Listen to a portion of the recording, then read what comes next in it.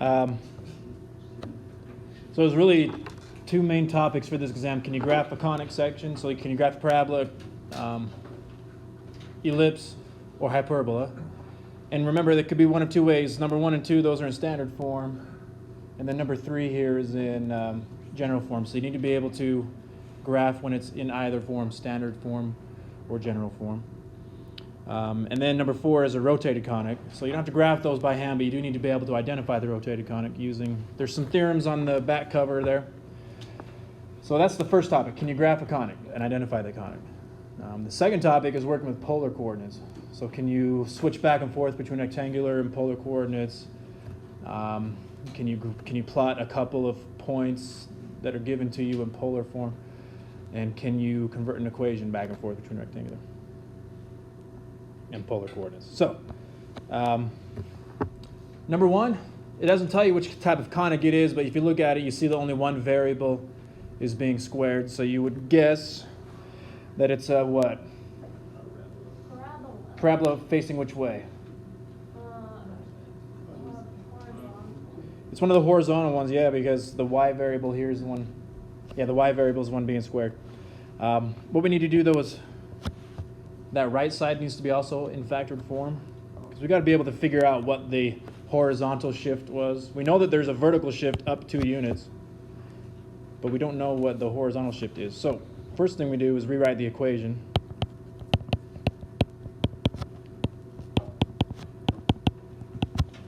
Because now that tells us there's a shift to the left 3 units. And then, like I said, there's a shift up 2 units.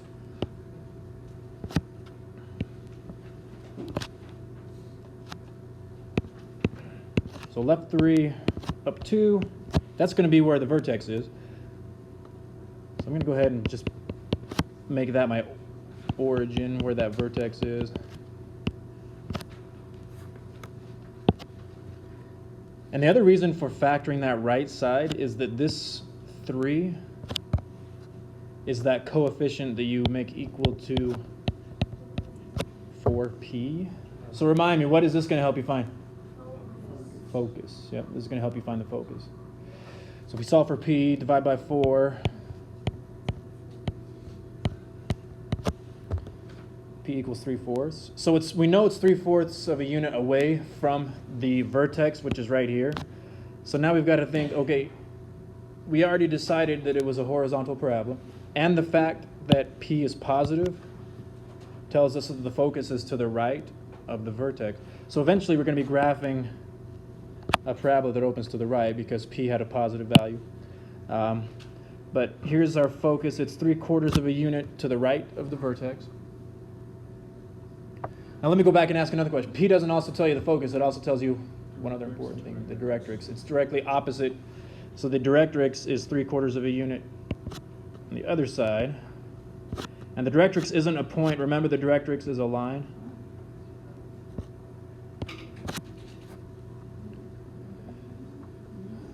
So there's your directrix.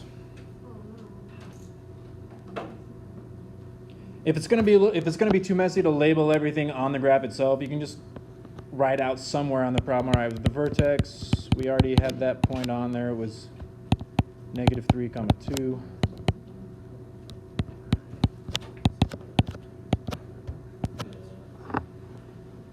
How would I describe the location of the focus? I know it's up 2 units.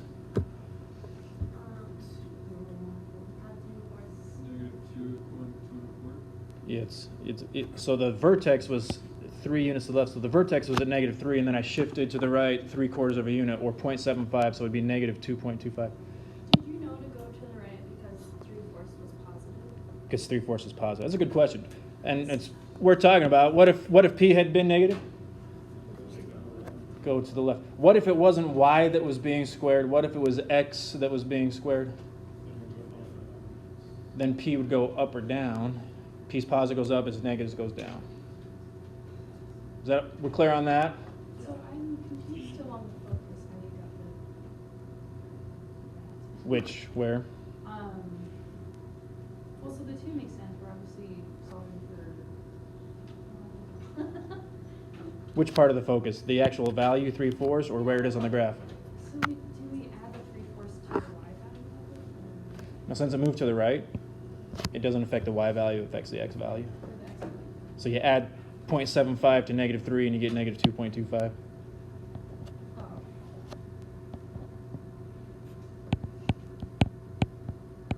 Does that answer your question? Yeah. Okay. And then the directrix, because it isn't a point, you actually have to name it with an equation. And since it's vertical, we talked about this, vertical equations always have, or vertical lines have an equation of x equals. And it's 3/4 of a unit to the left of where the vertex is, and the vertex was at x equals negative 3. If we go 3/4 of a unit to the left, negative 3.75. So the directrix is x equals negative 3.75. Now I know we've had some good discussions on where to proceed from here. We only have one point on the graph so far, it's just the vertex. You got to have 3 points. And especially when the parabola is sideways, we seem to have had some questions on how do we get the other point. So I'm just going to go ahead and make a quick XY table. Really, that's the most organized way to keep track of finding x or y values, in my opinion. But we already know one point. It was the vertex, negative 3, 2. I know typically when we're choosing values to plot, we would choose x values, and you can still do that. I'd recommend, though, that we don't choose x values, that we choose y values. In this particular case, because if we choose x values, we're going to end up having to take a square root or solve a quadratic equation, which we may not want to do. So I'm going to choose some y values close to this y value here. So y equals 1, maybe.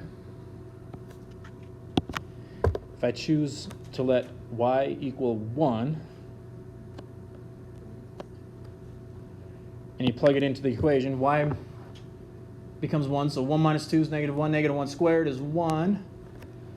So then we have this equation, 1 equals 3x plus 9.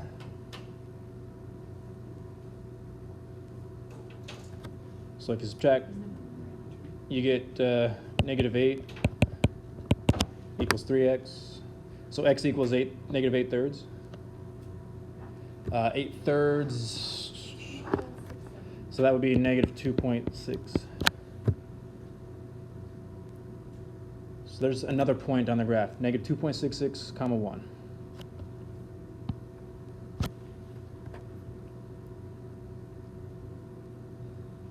And then we can use symmetry to reflect that point on the other side. So that would be negative 2.66, comma 3.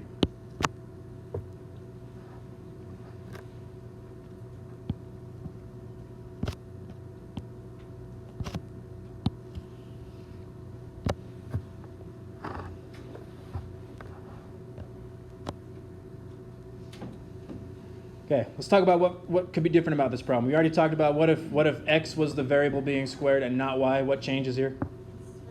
It's opening up or down. If p is negative on this problem, if y is squared and p was negative, that means it would open up to the left, and the directrix would be on the right side.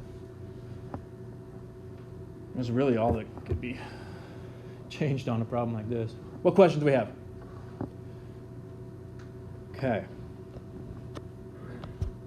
Question 2, hyperbola. And we know that how? Minus there, yep. If that were a plus, it'd be an ellipse. So, you got to remember with a hyperbola, it doesn't matter which one of these is bigger than the other to determine which one is A or B. What matters is which one is associated with the positive fraction. So x plus 4 squared is the positive one. So that automatically makes this A. So if a squared equals 16, then a equals 4. And then over here we have b equals 3.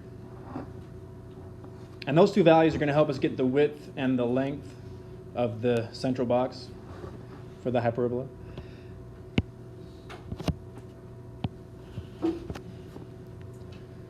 But we do need to know where the center of that central box is going to be, and that's where we use our transformation. So we're going to the left 4 and down 2, according to those transformations. Left 4, down 2.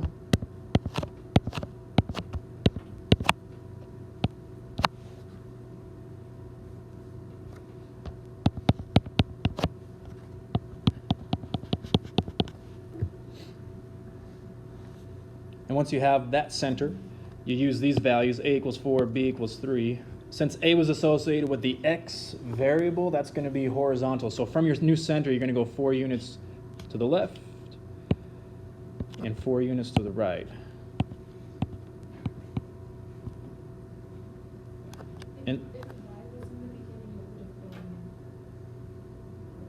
yeah, so if this were a y right here instead of an x, this would still be a, but then you would go up and down 4 units instead of left and right. And then b is up 3 and down 3 since it's associated with the y variable. So up 3 and down 3. So like I said, those values just give you the width and the height of your central box. So once you have them, just go ahead and carefully as you can draw that central box.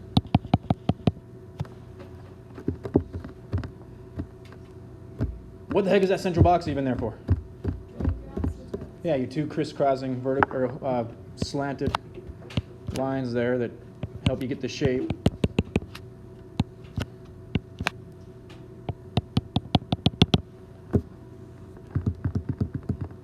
So we got the asymptotes, we got the central box. You got to remember now what kind of hyperbola this is. There's 2 kinds. There's the ones that are facing out left and right, and the ones that's facing up and down. And since the x variable was one that's listed first with the positive variable, it tells us that this is the horizontal one. So that makes this point right here one of your vertices, and this point right here the other vertex. Okay, so make sure when you draw the hyperbola, it goes through that point here on the left, and it goes through that point on the right. So those 2 curves right there, that's the hyperbola. We're just missing the 2 foci. Yeah, we're missing the 2 foci. So the formula is a squared plus b squared for a hyperbola. So that's going to be 16 plus 9.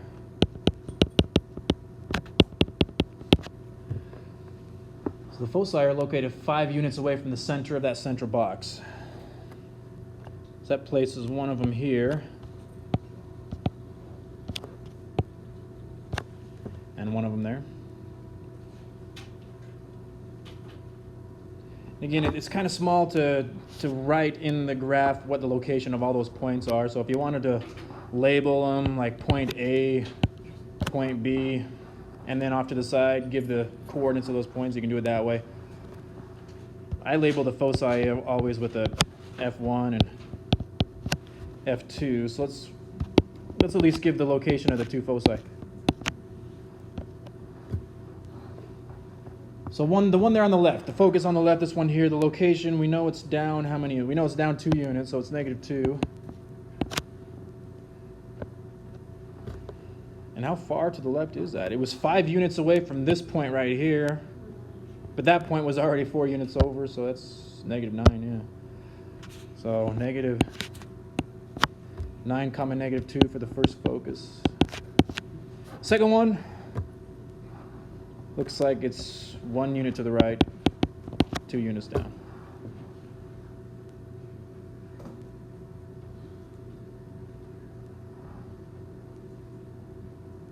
So let's talk about what could be different. If I had switched the variables, that one was a y and that one was an x, what changes? Yeah, it's the one where it's up and down. It will also change, you know, the left and right, moving left and right, but that's really all that could potentially be different on a problem like this. What questions do we have about hyperbolas?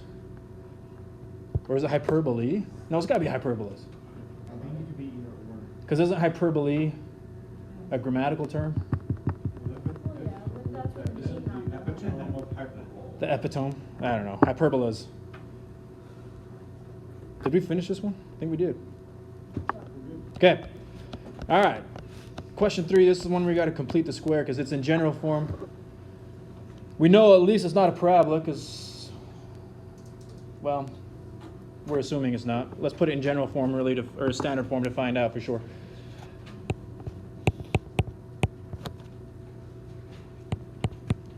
I'm going to group the x terms together and factor out the 9, then group the y terms together and factor out the 4, and then move this 4 to the other side, make a -4. We get with that so far? I just factored out a 9 from the x terms. I factored out a 4 from the y terms so that I can complete the square. So the value that completes the square for the x expression, you got to remember to take half of this middle term, which is 2, and then square it. So I'm going to put a plus 4 inside the parenthesis, but I've got to balance out the equation by adding a 36. Why a 36? The 9 times 4. Yep, and that's one of the common mistakes is instead of just focusing on that and saying, well, I added 4. No, you really didn't add 4. You added 9 plus 4. So, and then here, the value that completes the square is half of -2, which is -1. Then you square that, so it's a plus 1.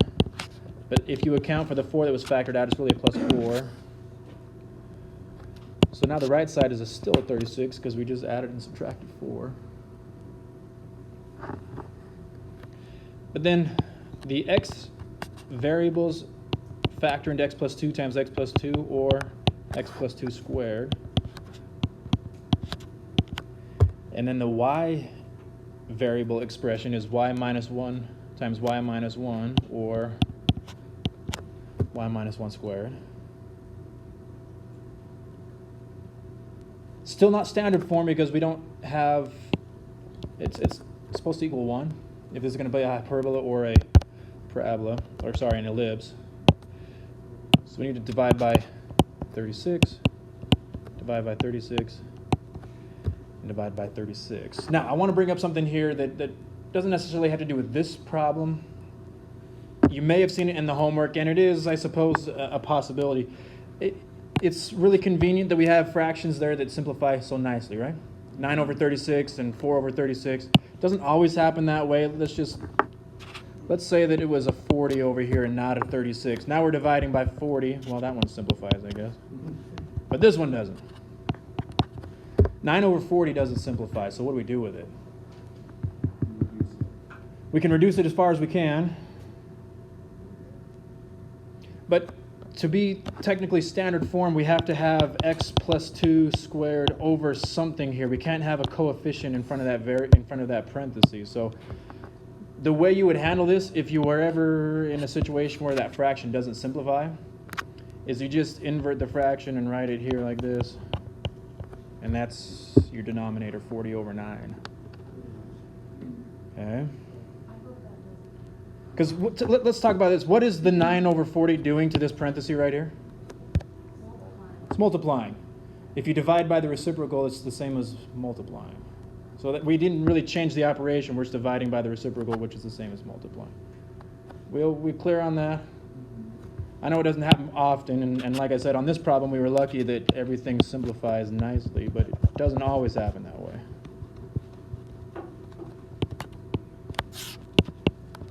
So dividing by 36, 9 over 36 gives us a 4 down at the bottom.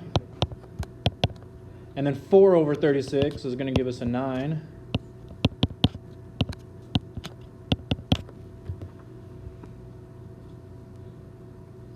So now we know it is an ellipse.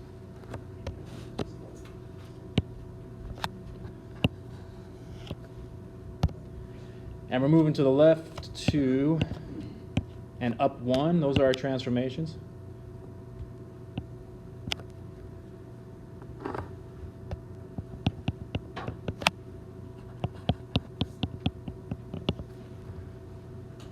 Of the two values in the denominator, 4 or 9, which one is a squared? For ellipses, it's always the largest one. For ellipses, it's the largest value is a squared. So let's review this. For ellipses, how do you determine a squared? Whatever the largest one is. Okay. For hyperbolas, how do you determine which one is a squared? Whichever one's associated with a positive fraction. It doesn't have to be bigger or smaller, it's just whatever one's with a positive. So for this problem, number 3, because it's an ellipse, a squared has to be 9, which means a equals 3. And then b squared is 4, which means b equals 2. Okay? So that makes this a vertical ellipse. It's going to be longer in the vertical axis than it is in the horizontal. Okay? So starting from that center point, you're going to go up 3 and down 3. And I went up 3 and down 3 because my value for A was associated with the Y variable, which is vertical. Okay.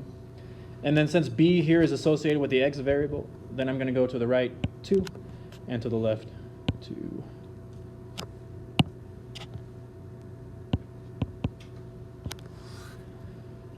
So that gives me the endpoints of my major and minor axes there. And I've never been good at drawing these things. But that's not bad right there. I gotta say. I'm pretty proud of that one.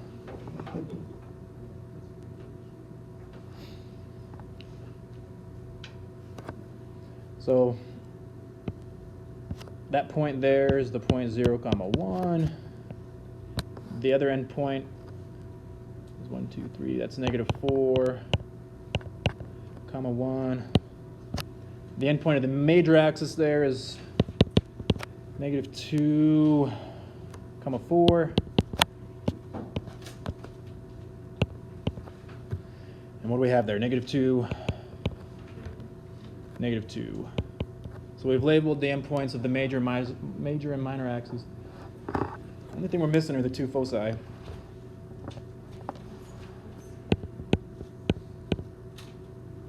What's the formula for ellipse? A squared minus, yeah. So c squared is 9 minus 4, which is 5. So the values for c are plus or minus root 5, which is what, 2 point something, 2.2 maybe? 2 point what? 2.24, okay. Which direction? Up, down, left, right? Up and down, because this is the major axis is the vertical direction, and the foci always go on the major axis. So I'm going to go 2.24 up from the center.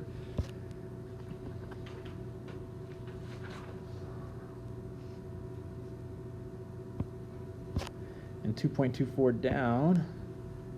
And it's a little tight inside that ellipse to label those points. So I'm just going to call one of them focus 1 and focus 2.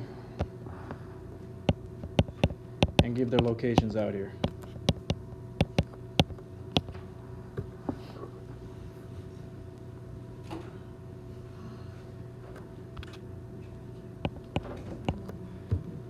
So I was already up 1, and then I went another 2.24, so that's 3.24.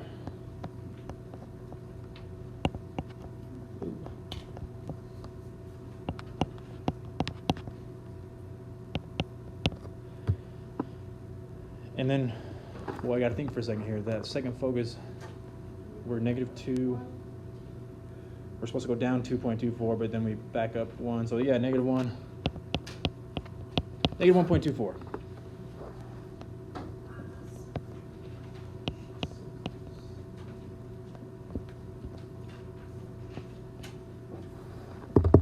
That's really the extent of graphing your conics. You got to be able to graph the parabola, hyperbola, ellipse. There's going to be 3 questions just like this. One of them you're going to have to do completing the square, and it may not be of a parabola or what was this there, an ellipse. It could be completing the square on a hyperbola or parabola. So don't just study problems where you complete the square to form an ellipse. Look at some also where you may have to complete the square for a hyperbola or a parabola. You catch my drift there? Yeah. Okay. Because these problems are similar to the ones on the exam, but these aren't the exact same. They're the same type of problem, but not the exact same problems. So make sure you don't just focus on, yeah, I can solve number 3, I'm good to go. You got to decide, can I solve problems like number 3 or problems like number 2? And think about what could change, and if you're still comfortable, if things change, being able to solve that problem. Okay. So this one here, let's see, question 4. This was from 6.4. Didn't spend a lot of time in 6.4, honestly. And there's, like I said here, there's 2 basic things you need to do, and the formulas were provided for you. So number 4 isn't intended to be a super tricky problem. You need to determine the rotation and what type of conic it is. And those 2 formulas are on the back of the back side of that front page there. So the conic identification theorem is just part of the quadratic formula. You do have to remember which one is A, B, and C. So A is 6, B is -6, C is 14. So B squared becomes negative 6 squared.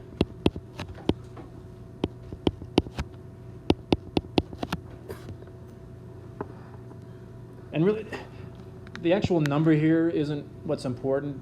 All that matters is a positive, negative, or does it equal 0? And just looking at this, looks like it's going to be negative.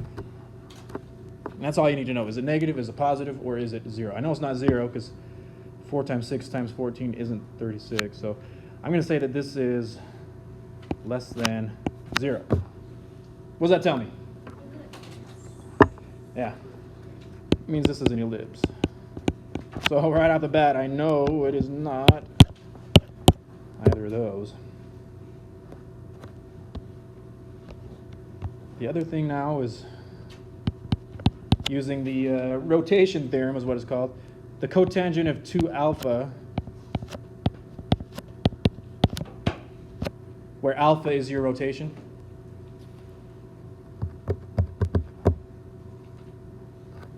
So here we have cotangent of 2 alpha, 6 minus 14 over negative 6.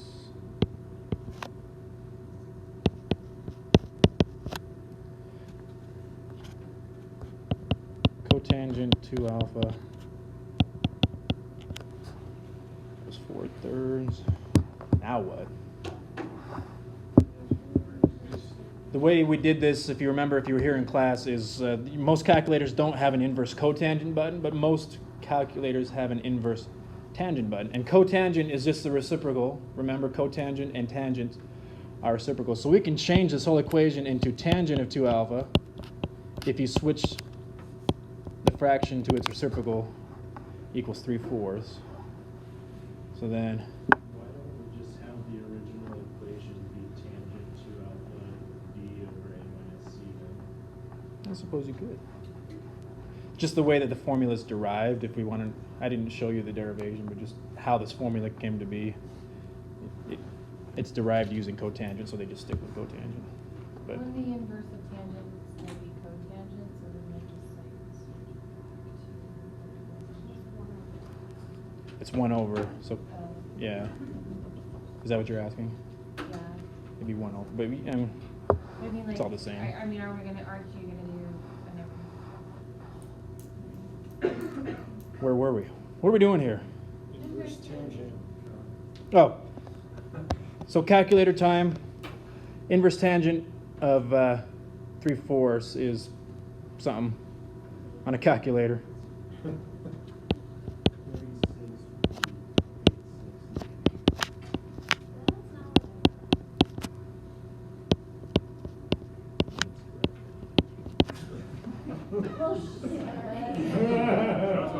Are you, what mode are you in? Do you Well, see? you know what? I didn't do it the right way. I didn't flip that fraction. Oh. It is 36. It's supposed to be 36, but make sure you're in degree mode for this problem. This one's got to be in degree mode. If you're in radians mode, it'll 36.87.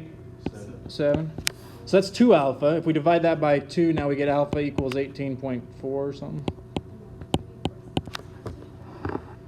So what this means is your ellipse was rotated counterclockwise 18 degrees, roughly 18 degrees. So we're deciding between these top two graphs. And I guess I should have put A, B, C, or D now that I'm thinking about this. I'm going to say this one is A and this one is B. Which ellipse has been rotated counterclockwise? Because it's positive and it's A, so you're needing to identify this one. Now, if alpha turns out to have been negative, remember negative angles rotate clockwise, so then this one would have been rotated 18 degrees negative, right?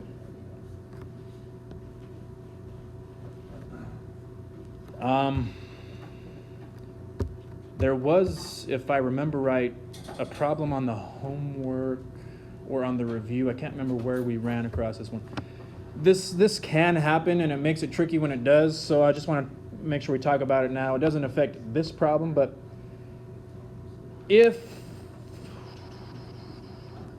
how should I start this one?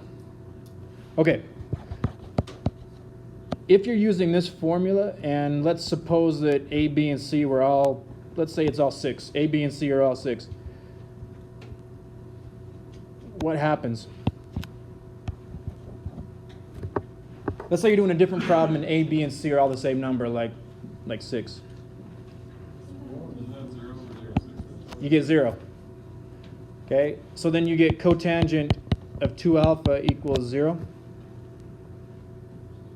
So what's the problem now with what? So think about how we proceeded just barely. Once we got to this step, how did we proceed?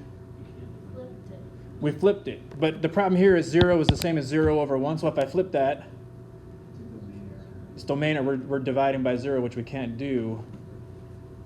So what are we doing here? Could it just not be rotated? It is still rotated, but we can't proceed by switching this to its reciprocal and doing inverse tangent. Could you do inverse tangent and keep it right at C? Yeah? Would that work? Yeah. What I was going to suggest, though, is that will work, but do you remember the definition of cotangent? Okay, right. It's Cosine over sine, or x over y. Those are all three correct. The one I guess I should have asked that more directly, but the one I was going for is cosine over sine. Let me ask you this. In order for cotangent to equal 0, it doesn't matter what this is. In order for cotangent to equal 0, knowing that cotangent is cosine over sine, what has to be 0 if cotangent equals 0? Cosine has to be 0. Okay? Think around the unit circle. Where is cosine equal to 0 around the unit circle? 90 and 270. Cosine is equal to 0 at 90 and 270. And I didn't write the full definition actually here, but the full definition of this right here is that 2 alpha has to be between 0 and 180. So between 0 and 180, where is cosine equal to 0? 90 degrees. So you could just assume that because cotangent equals 0, that 2 alpha equals 90 degrees. And then what would alpha equal? 45. So I think there was either a homework question or something on the review where that came up. And that, I suppose, it's possible for that to happen.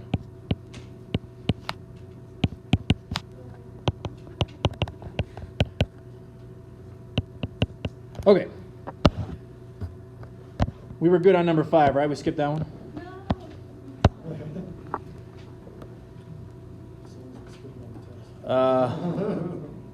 The ceiling of the room has a cross section that is an ellipse. So first thing I would do is,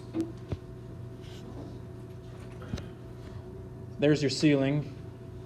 It's the top half of an ellipse. And it says that the room is 100 feet long. So starting from the middle all the way across is 100 feet, but I don't want the full width. I just want half of it.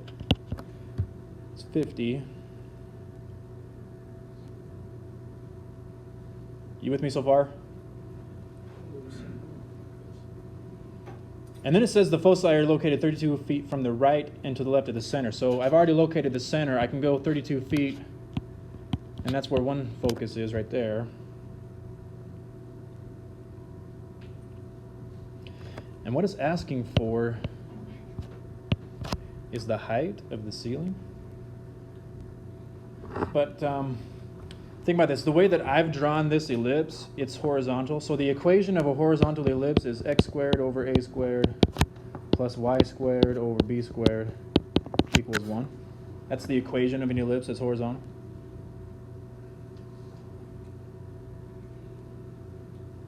What information do we have already just based off this diagram? What information do we have? We have a squared. What do you mean? Well, it's 50 from the center or from the height, so that means 50. No, you're right. Remember the endpoints of your major axis? That's your value of a. So if one endpoint is 50 units away from the center, then a equals 50. That's going to help us find a squared.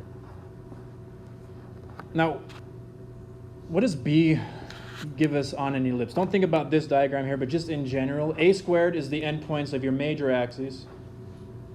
So then b squared would be the endpoints of your minor axis. And that's what they're asking here. That's the minor axis, is the height. Well, there it goes. Come back. So our task now is just to find the value of b. That's going to give us the height. But we haven't used this. What does 32 have anything to do with anything?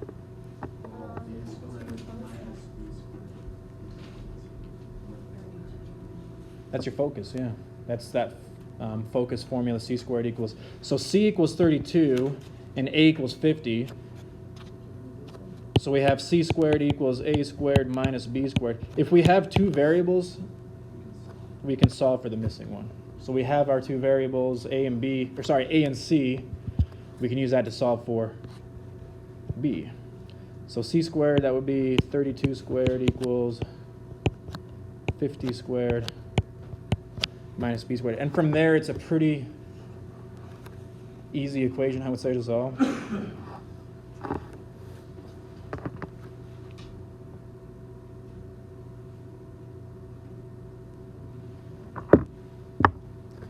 So essentially, b squared is 50 squared minus 32 squared.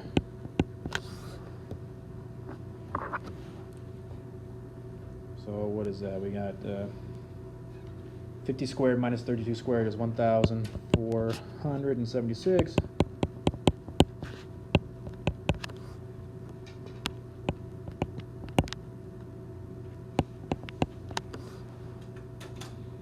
If you square root that, you get 38.42 feet.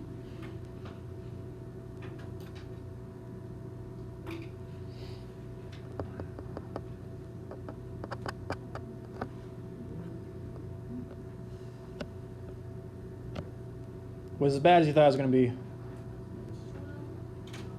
Story problems usually aren't as bad as you think. You make them out to be worse than they are.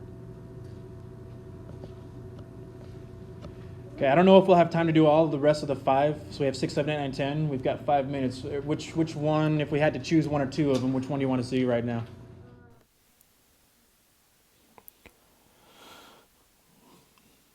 Okay, we just need to plot a couple of points here on the polar axis, or on the polar plane. Point A, 3 for the radius, so we need to be on the third circle here. And then it needs to be an angle of 2 pi thirds. Now that's in radians. So you can either keep it in radians or convert it to degrees, knowing that this is 30, 45, 60, 90, 120, 135, 150, so 2 pi thirds. If we wanted to multiply that to convert it into degrees, pi cancel, 3 goes into 180, 60 times 2 is 120. So that would be on the third circle out at 120 degrees. So that'd be point A. Point B is on the second circle out, negative 45 degrees.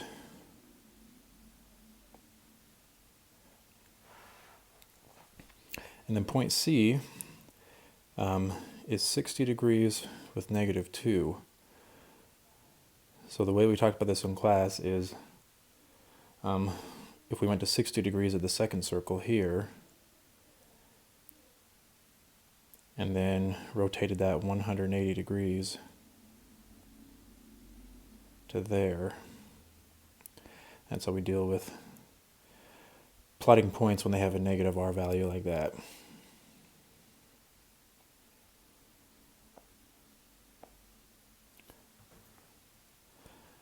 So converting from rectangular to polar coordinates, what we have here are x and y coordinate pairs that need to be converted into an r and a theta value. So first we need this formula, r equals x squared plus y squared. So we have negative 1 squared plus root 3 squared. That's the square root of 4. So we have an r value of 2, and then to find theta we use the formula tangent theta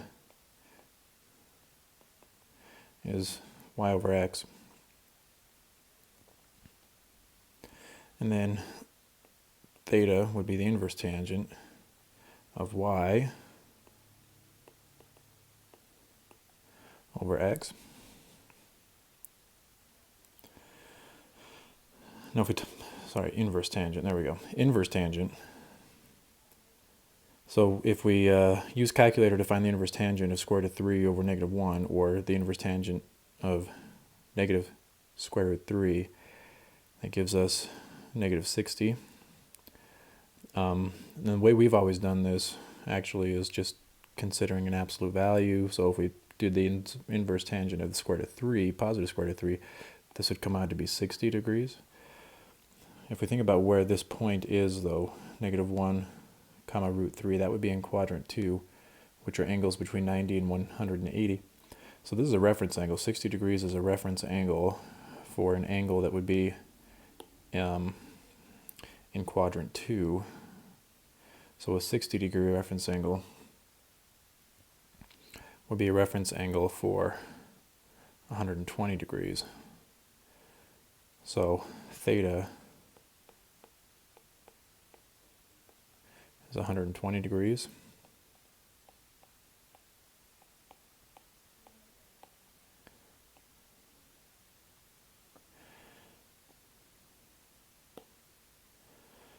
And it's the same deal now for part B. We still need to have an r value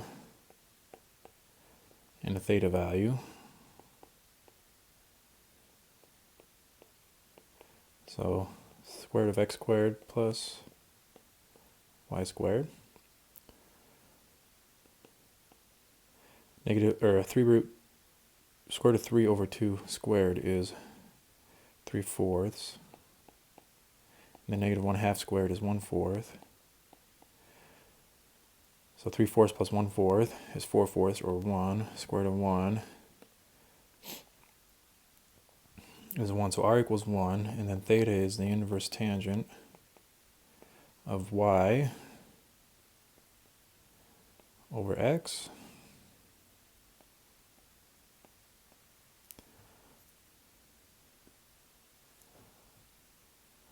So 1/2 divided by square root of 3 over 2. If we have 1/2 multiplied by 2 over the square root of 3, then the 2's would cancel.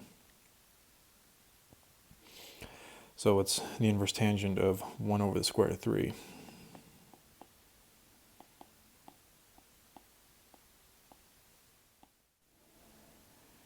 And this is 30 degrees. But again, we need to consider where this would be. So this would be an angle in quadrant 4. So then 30 degrees is a reference angle.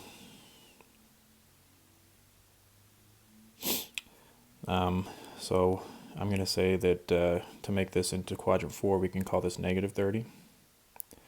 So theta actually equals negative 30 degrees.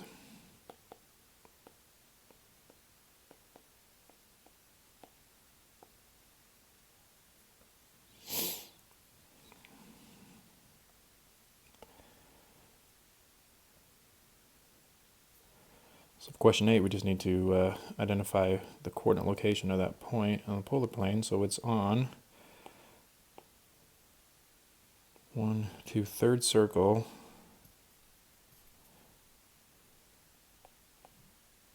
and the angle it makes is 7 pi over 6.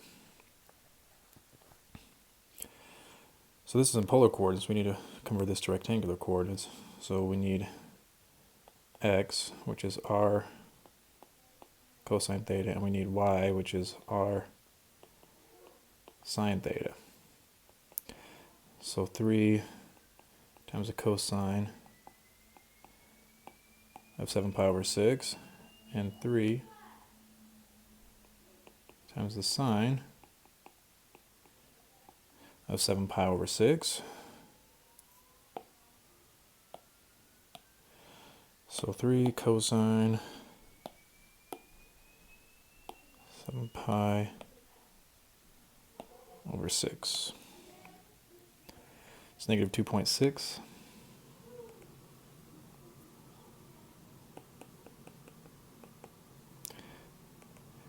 And then 3 times the sine of 7 pi over 6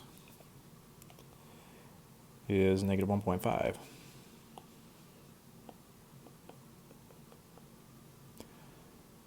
So then the coordinate pair would be negative 2.6, comma negative 1.5. So this is in polar coordinates, this is in rectangular coordinates.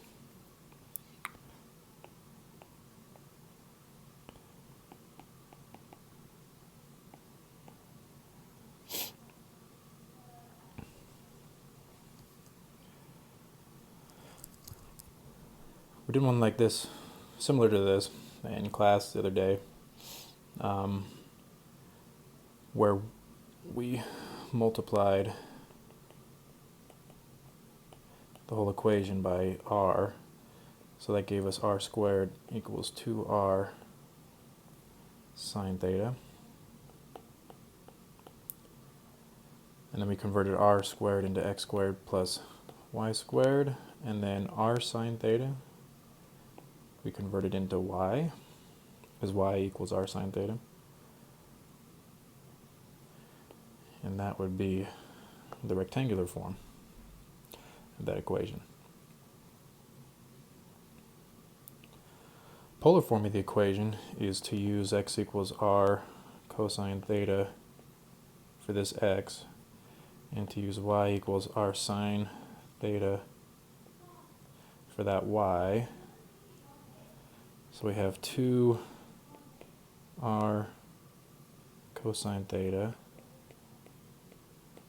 minus 3r sine theta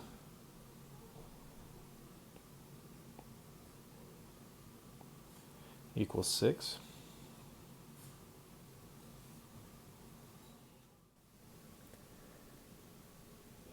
And then both sides here have an r.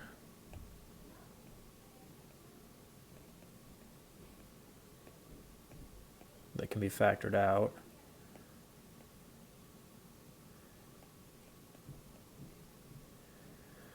We can isolate r then by dividing.